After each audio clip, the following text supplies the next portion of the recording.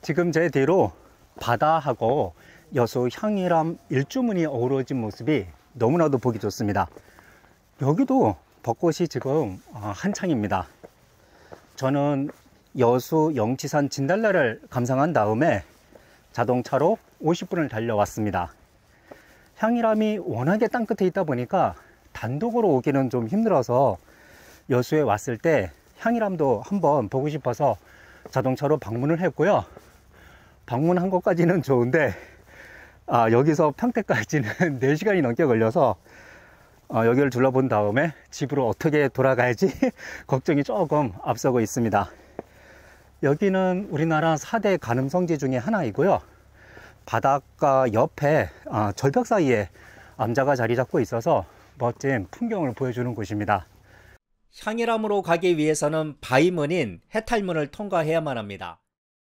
해탈문으로 들어서자마자 신비로운 바위문에 감탄이 지금 절로 나오고 있습니다.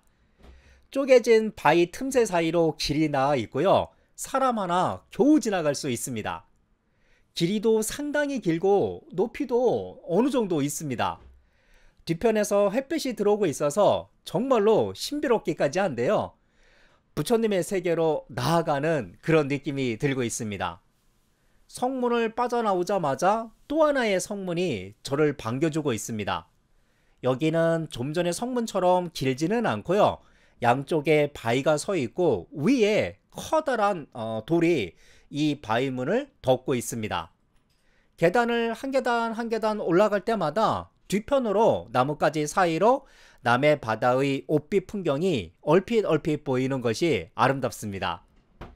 계단을 다 올라서면 향일암의 큰 법당인 대웅부전을 만날 것 같습니다.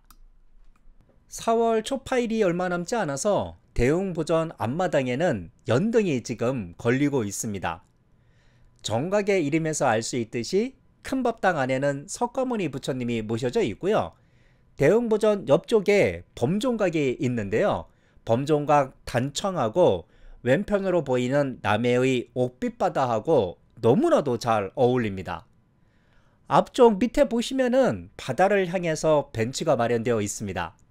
여기에 앉아서 범종 소리를 들으면서 남해 바다를 한없이 바라보고 싶습니다. 대웅보전 옆 약수터를 지나면 남해 바다와 어우러진 정각이 눈에 들어오는데요. 여기는 천수관음전입니다.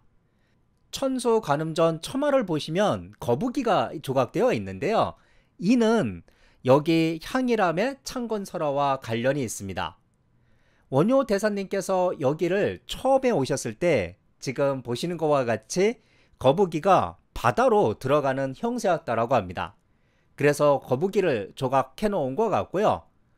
여기에서 다시 한번 바라보는 남해바다의 풍경이 정말로 좋습니다.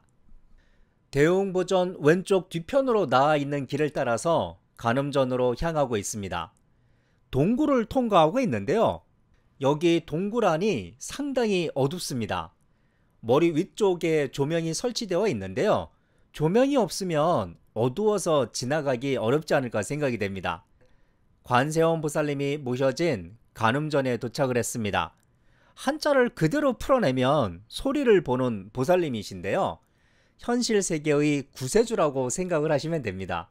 그 이유는 석가모니 부처님은 이미 열반에 들으셨고요. 메시아인 미륵불은 한참 후에 우리 세상으로 오잖아요.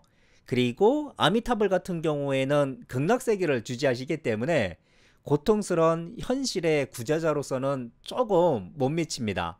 현실 세계의 고통을 겪는 인간을 구세해주는 가장 적합한 분이 간세음 보살님이라고 생각을 합니다.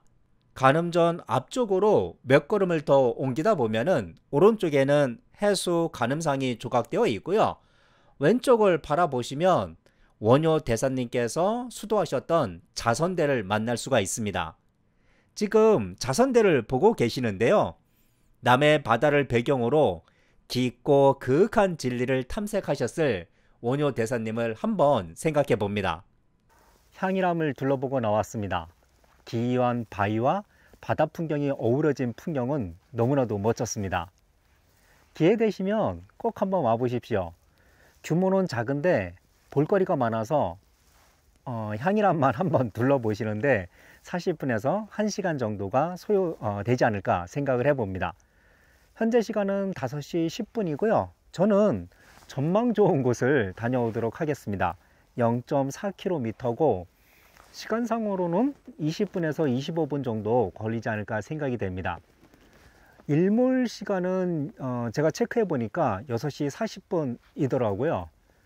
처음에도 말씀드렸지만은 제가 평택을 올라가야 되는데 일몰까지 보고 올라가면은 거의 새벽 2, 3시에 도착할 것 같아서 일몰은 힘들고 가볍게 올라가서 다도해의 멋진 풍경을 감상하고 내려오도록 하겠습니다. 보시는 것과 같이 기암절벽 사이로 나무 데크를 설치했는데요. 뭐라고 해야 될까? 바위의 경관을 해치지 않으면서 나무 데크를 잘 설치했습니다.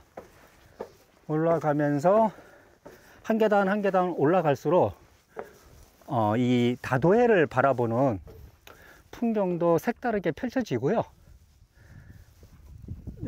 지금 이 앞쪽에는 완전히 신선바위인데요. 신선이 바둑을 돌면서 논일만한 아주 멋진 바위가 지금 제 앞에 있습니다. 제가 등산화를 신지 않았잖아요. 바위들이 많아서 발바닥이 조금 아픕니다. 여기 오실 때는 밑창이 좀 두꺼운 운동화를 신고 오시는 것이 좋지 않을까 생각이 됩니다. 드디어 전망 좋은 곳에 도착을 했습니다. 여기에서 바라보는 풍경은 얼마나 멋질지 한번 같이 감상해 보시죠. 오른쪽으로 해가 떨어지고 있는 모습이 보이는데요. 일몰 시간대 여기를 맞추어서 오시면은 정말로 멋진 일몰을 보지 않을까 생각이 됩니다. 지금 발밑으로 다도해의 파노라마 뷰가 한눈에 펼쳐지고 있고요. 오른쪽에 보이는 큰 섬이 금오도입니다. 저 금오도는 제가 조만간 한번 가보도록 하겠습니다. 여기에서 보니까 금오도, 수항도, 연도, 안도가 한눈에 지금 들어오고 있고요. 굉장히 가까이에서 섬들이 보입니다. 그런데 날씨가 조금 좀 안 좋네요. 미세먼지가 조금 낀 것 같고요.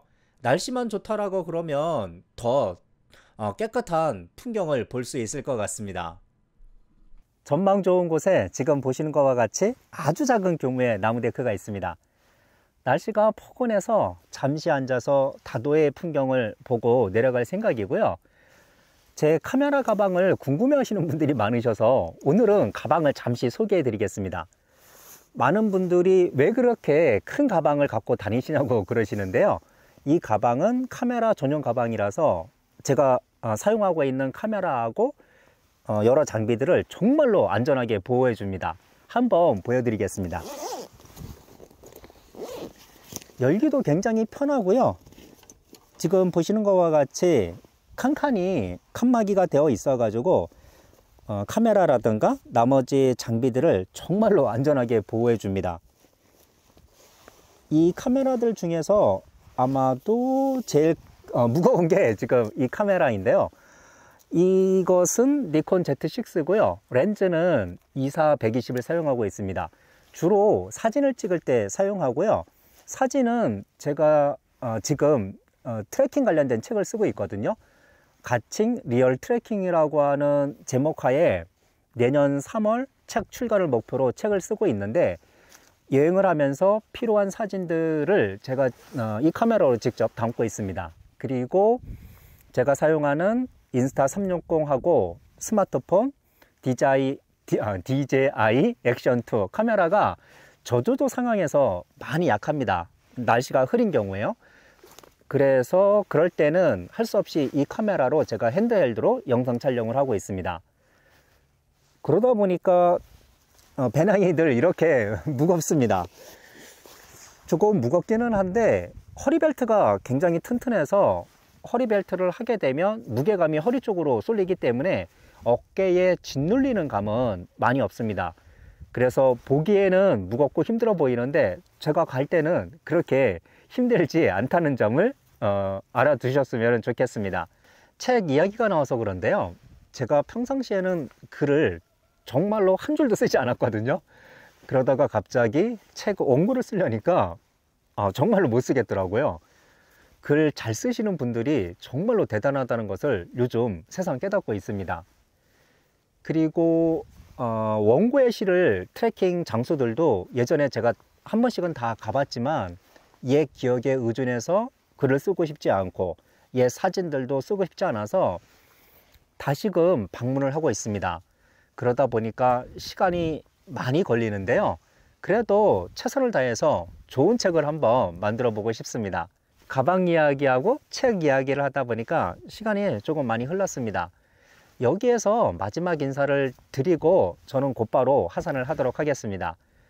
오늘 여수 향일암을 여행했는데요, 한 곳이었지만 둘러볼 곳이 많아서 저에게는 굉장히 뜻깊은 장소였습니다. 여기에 대한 자세한 정보는 동영상 밑에 있는 더보기, 스마트폰 같은 경우에는 제목 옆에 V자가 있는데 거기를 클릭하시면 자세히 보실 수 있습니다. 그럼 여기에서 인사드리고요, 다음 여행에서 만나도록 하겠습니다. 안녕히 계세요.